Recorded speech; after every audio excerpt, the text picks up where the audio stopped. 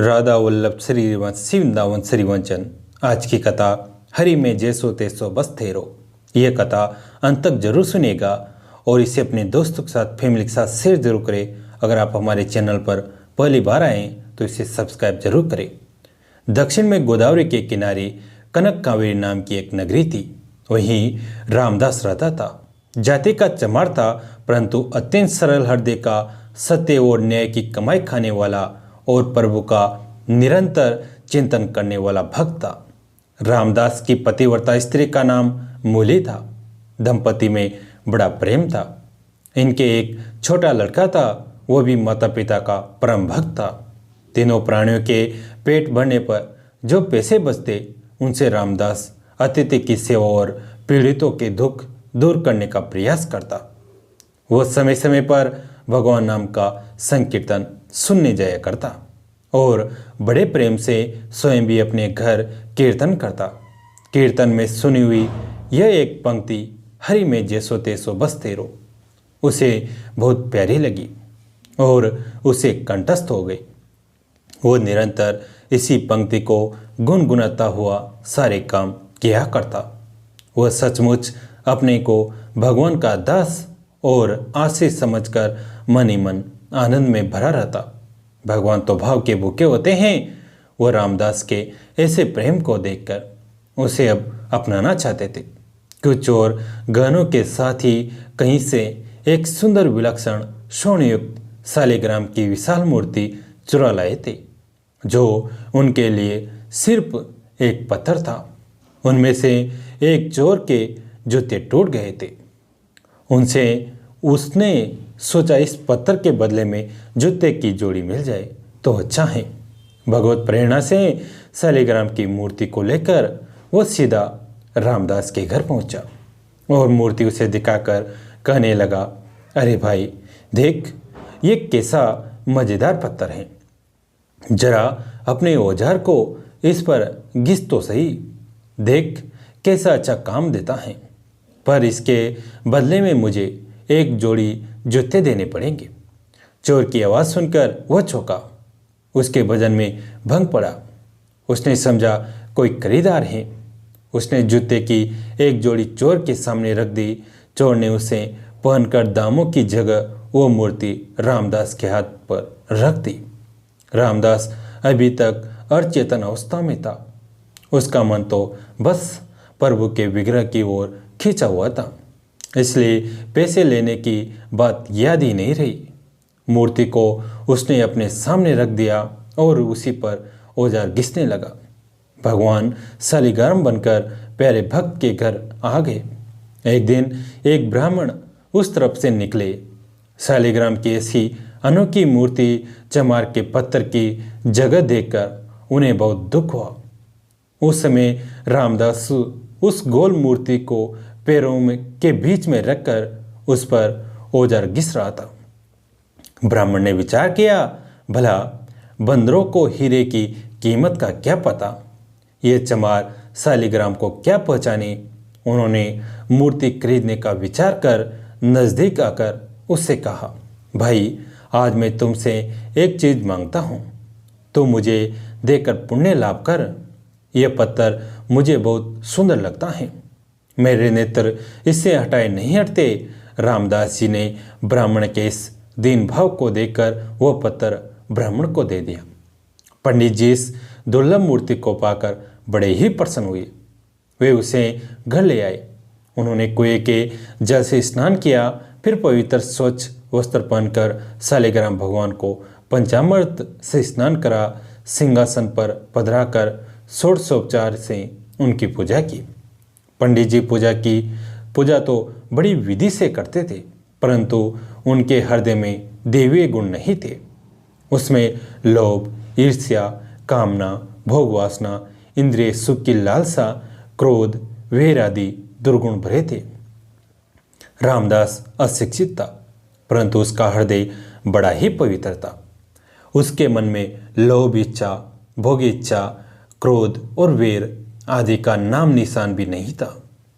भगवान शालिग्राम ने विचार किया, जब वो मेरा नाम संकीर्तन करता हुआ मूर्ति को पैर पर रखकर उस पर चमड़ा रखकर काटता है तब मुझे ऐसा लगता मानो मेरे अंगों पर कोई भक्त चंदन कस्तूरी का लेप कर रहा है। अवश्य ही उसको मेरे यथार्थ स्वरूप का ज्ञान नहीं है, परंतु उसने अपनी सरल विशुद्ध निस्वार्थ भक्ति से मुझे वश कर लिया है। मैं जैसा विशुद्ध और निस्वार्थ भक्ति से वश होता हूँ वैसा दूसरे किसी साधन से नहीं होता। शालिग्राम का रामदास के पास वापस आना ब्राह्मण की पूजा सच्ची नहीं है। वह मेरा भक्त नहीं है, वह तो अपनी कामनाओं का भक्त है। यह विचार कर भगवान शालिग्राम ने पुनः रामदास के घर जाने का निश्चय किया और रात को स्वप्न में ब्राह्मण से कहा, तू मुझे रामदास के घर पहुंचा दे। ब्राह्मण सुबह ही रामदास के घर शालिग्राम की मूर्ति को लेकर पहुंच गया और उसने रामदास से कहा, रामदास, यह कोई साधारण पत्थर नहीं है, यह तो साक्षात भगवान ही है, तीनों लोकों के स्वामी हैं। अब तू बहुत प्रेम से इनकी पूजा करना। ब्राह्मण के वचन सुनकर रामदास की आंखों में आंसू आ गए और वो प्रेम विवल हो गया और भगवान से प्रार्थना करने लगा, प्रभु, मैं अति दीनहीन अनजान दुर्जन अतीत प्राणी हूँ। रात दिन चमड़ा घिसना ही मेरा काम है। मुझ में न सोच है न सदाचार है। मुझसा नीच जगत में और कौन होगा। ऐसे पतित पर भी प्रभु ने कृपा की। रामदास का भगवत प्रेम। अब रामदास दिन और रात भगवान के प्रेम में कभी रोता, कभी हंसता तो कभी नाचता। अब तो उसे एक ही रट लग गई थी। अब मुझे दर्शन दो। पहले तो मुझे पता ही नहीं था, पर आपने ही मेरे हृदय में ये आग लगाई है। मैंने तो न पहचान कर आपकी मूर्ति का निरादर किया, पर आप मुझे नहीं भूले और ब्राह्मण के द्वारा अपना स्वरूप बताकर मेरे घर आ गए। यदि दर्शन नहीं देने थे तो यह सब क्यों किया। एक बार अपने सांवरे सलोने चांद से मुकड़े की झांकी दिखाकर मेरे मन को सदा के लिए चुरा लो। मेरे मोहन, करुणा की वर्षा कर दो इस कंगाल पर। एक बार दर्शन दो और मुझे कृतार्थ करो। भगवान भक्तवत्सल हैं। जो एकमात्र भगवान को ही अपना आश्रय मानकर उनसे प्रार्थना करता है तो उसकी प्रार्थना भगवान तत्काल सुनते हैं। भगवान का व्रत ब्राह्मण के रूप में रामदास को भगवत दर्शन, उसके ऐसे दिव्य प्रेम को देखकर भगवान से रहा न गया। वे एक व्रत ब्राह्मण का रूप धरकर उसके घर आ गए। भगवान ने उसके घर आकर उसकी विरह वेदना को शांत नहीं किया, बल्कि उसकी विरह वेदना को पहले से भी और अधिक बढ़ा दिया और उससे कहा। रामदास की आंखें मूंद गई। उसने हृदय में देखा भगवान मदन मोहन त्रिभंगी लाल मुस्कुराते हुए मधुर मधुर मुरली बजा रहे हैं और कह रहे हैं, आ मेरे पास आ। कैसा सुंदर रूप है। वह आनंद सागर में डूब गया। अचानक आंखें खुली, देखता है सामने भी प्रभु का वही दिव्य सच्चिदानंद घन विग्रह विराजमान है। रामदास के आनंद का परावार नहीं रहा। उसकी सारी व्याकुलता सदा के लिए मिट गई। भगवान ने उसे अपने में समा लिया और उसने प्रभु के दिव्य धाम में जाकर नित्य पार्षद का शरीर ग्रहण किया, जैसे श्री राधे। एक दिन द्वारिका में मीरा एक ऐसे दुखी व्यक्ति जो पुत्र की मृत्यु के पश्चात हताशो संन्यास लेना चाहता था, उसका मार्गदर्शन कर रही है। मीरा ने उसे समझाया कि इस तरह की परिस्थितियों में आए क्षणिक वैराग्य को आप भक्ति का नाम नहीं दे सकते। मीरा ने उसे सहजता से बताते हुए कहा, अगर तुम भक्ति पथ पर शुभारंभ करना ही चाहते हो तो शुष्क वैराग्य वो संन्यास से नहीं बल्कि भजन से करो। भजन का नियम लो और इस नियम को किसी प्रकार टूटने न दो। अपने शरीर रूपी घर का मालिक भगवान को बनाकर स्वयं उसके सेवक बन जाओ। कुछ भी करने से पूर्व भीतर बैठे स्वामी से उसकी आज्ञा लो। जिस कार्य का अनुमोदन भगवान से मिले वही करो। इस प्रकार तुम्हारा वह कार्य ही नहीं बल्कि समस्त जीवन ही पूजा हो जाएगा। नियम पूर्ण हो जाए तो भी रसना जीव को विश्राम मत दो। खाने सोने और आवश्यक बातचीत को छोड़कर जुबान को बराबर प्रभु के नाम उच्चारण में व्यस्त रखो। वर्ष भर में महीने 2 महीने का समय निकालकर सत्संग के लिए निकल पड़ो और अपनी रुचि के अनुकूल स्थानों में जाकर महजनों की वार्ता श्रवण करो। सुनने का धैर्य आएगा तो उनकी बातें बेअसर करेगी। उनमें तुम्हें धीरे धीरे रस आने लगेगा। जब रस आने लगेगा तो जिसका तुम नाम लेते हो वो आकर तुम्हारे भीतर बैठ जाएगा। जो रस की बाढ़ आएगी हृदय पिघल करके आंखों के पस से निर्जरित होगा और वह नामी हृदय सिंहासन से उतरकर आंखों के समक्ष नृत्य करने लगेगा।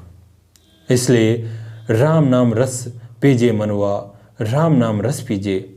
तज कुसंग सत्संग भेंट नित्य हरि चर्चा सुन लीजिए। काम क्रोध मद लोभ मोह को चित्त से दूर करीजिए। मीरा के प्रभु गिरधर नागर ताही के रंग में भेजे। आज्ञा हो तो एक बात निवेदन करना चाहता हूँ। इस सत्संगी ने पूछा और मीरा से संकेत पा वह पुनः बोला, जब घर में रहकर भजन करना उचित है अथवा हो सकता है तो फिर आप श्री चरण मीरा रानी जैसे महत्वपूर्ण पद और अन्य समस्त सुविधाओं को त्याग करके ये भगवा वेश, ये मुंडित मस्तक देखिए, जिसके लिए कोई बंधन नहीं है, जिसके लिए घर बार एक जैसे हैं। ऐसे हमारे लिए क्या नियम। मारा पिया मारे हिवड़े रहत हैं, कटी न आती जाती मीरा रे प्रभु गिरधर नागर मग जोवा दिन राती। सात सार की बात तो यह है कि बिना सच्चे वैराग्य के घर का त्याग न करे। धन्य धन्य हो मात, सब लोग बोल उठे क्षमा करे मात। आप रे फरमाया कि भजन अर्थात जप करो। भजन का अर्थ समोत्त जप है, पर जप में मन लगता नहीं माँ। उसने दुखी स्वर में कहा, हाथ तो माला की मणियाँ सरकाता है, जी भी नाम लेती रहती हैं, किंतु मन मानो धरा गगन है कि समस्त कार्यों का ठेका लेकर उड़ता फिरता है। ऐसे में माँ भजन से जब से क्या लाभ होगा, बल्कि स्वयं पर जी खीन हो जाता है। मीरा ने उसकी जिज्ञासा का समाधान करते हुए कहा, भजन का अर्थ है कैसे भी जैसे भी मन वचन काया से भगवत संबंधी कार्य हो। हमें भजन का ध्यान ऐसे ही बना रहे जैसे घर का कार्य करते हुए माँ का ध्यान पालने में सोए हुए बालक की ओर रहता है, या फिर सबकी सेवा करते हुए भी पत्नी के मन में पति का ध्यान रहता है। पत्नी कभी मुख से पति का नाम नहीं लेती, किंतु वह नाम उसके प्राणों से ऐसा जुड़ा रहता है कि वह स्वयं चाहे तो भी उसे हटा नहीं पाती। मन सूक्ष्म देह है, जो भी कर्म बारंबार किए जाते हैं उसका संस्कार दृढ़ होकर मन में अंकित हो जाता है। बिना मन और बुद्धि के कोई कार्य बार बार करने से मन और बुद्धि उसमें धीरे धीरे प्रवृत्त हो जाते हैं। जैसे खारा या कड़वा भोजन पहले अरुचिकर लगता है, पर नित्य उसका सेवन करने पर वैसी ही रुचि बन जाती है। जब किया ही इसलिए जाता है कि मन लगे, मन एकाग्रत हो, पहले मन लगे और फिर जप हो। यह साधारण जन के लिए कठिन है। यह तो ऐसा ही है कि जैसे पहले तैरना सीख ले और फिर पानी में उतरे। जो मंत्र आप जपेंगे वही आपके लिए जो भी आवश्यक है वो सब कार्य करता जाएगा। मन न लगने पर जो खिन्नता आपको होती है वही खिन्नता आपके भजन की भूमिका बनेगी। बस आप जप आरंभ तो कीजिए, आरंभ आपके हाथ में ही है, वही कीजिए और उसे ईमानदारी से निभाइए। आपका दृढ़ संकल्प, आपकी निष्ठा, सत्यता को देख भजन स्वयं आपके द्वार आपके लिए खोल देगा। कैसी लगी आज की कथा? अगर अच्छी लगी तो इसे अपने दोस्तों के साथ, फैमिली के साथ शेयर जरूर करें। कहानी अंत तक सुनने के लिए आप सभी का तहे दिल से धन्यवाद।